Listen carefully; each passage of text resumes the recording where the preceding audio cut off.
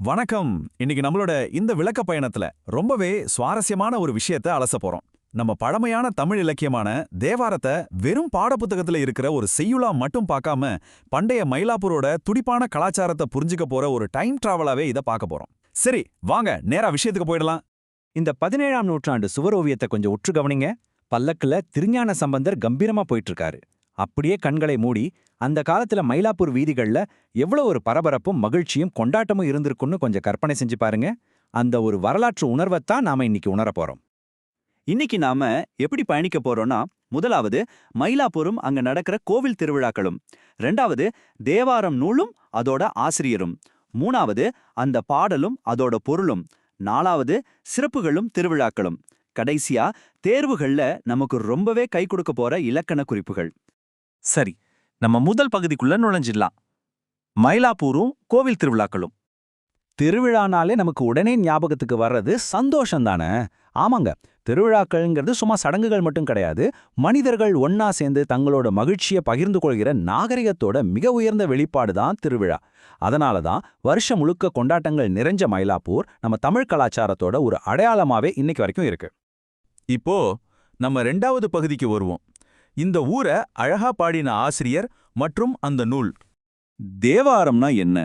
ரொம்ப சிம்பிள். 12 திருமுறைகள்ல முதல் 3 திருமுறைகள் தான் தேவாரம். இத பாடியவர் திரு ஞானசம்பந்தர், இதை தொகுத்தவர் நம்பியாண்டார் நம்பி.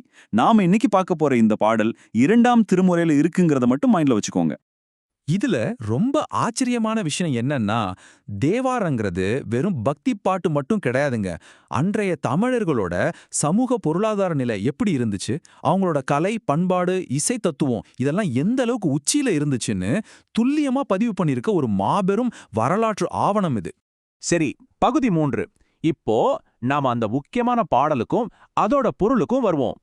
திருஞான சம்பந்தர் பூம்பாவைய பார்த்து எவ்வளவு உருக்கமா கேட்கிறார் பாருங்க. பூம்பாவாய் இளம் பெண்கள் ஆரவாரத்தோடு கொண்டாடுற திருவிழாக்கள் நிறைஞ்ச ஊர் இந்த திருமயிலை.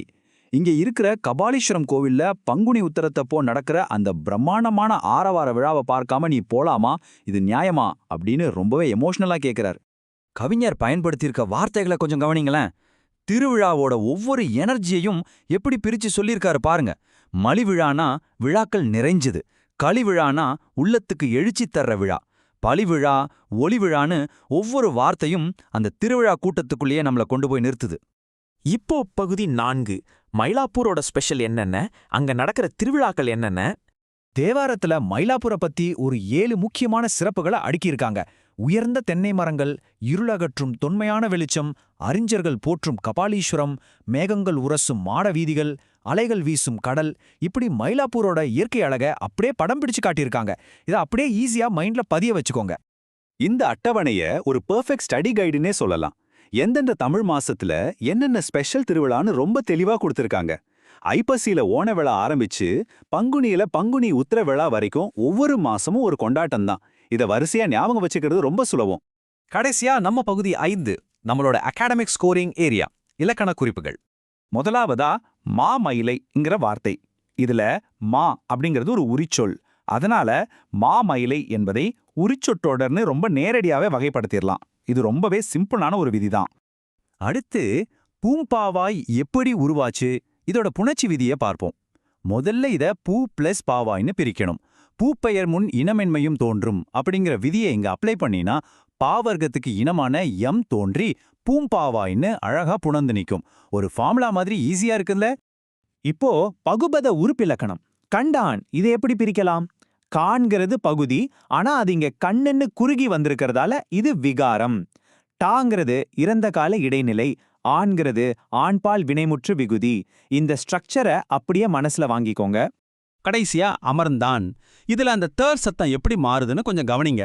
அமருங்கிறது பகுதி, முதல் தேர் சந்தி அது ஆக மாறியது விகாரம்.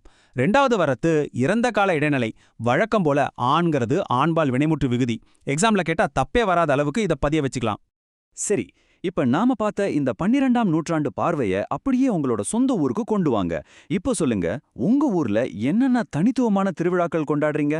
அதுக்கு பின்னாடி என்ன வரலாறு ஒளிஞ்சிருக்குன்னு எப்பவாவது யோசிச்சிருக்கீங்களா? பாடப்புத்தகத்துல இருக்கிற வரலாற்றையும் நம்ம அன்றாட வாழ்க்கையையும் இணைச்சு பார்க்க இந்த கேள்வி உங்களுக்கு ஒரு தூண்டுகோலா இருக்கும்னு நம்புறேன். இந்த சுவாரஸ்யமான தேடல்ல என்னோட இணைஞ்சதுக்கு மிக்க நன்றி.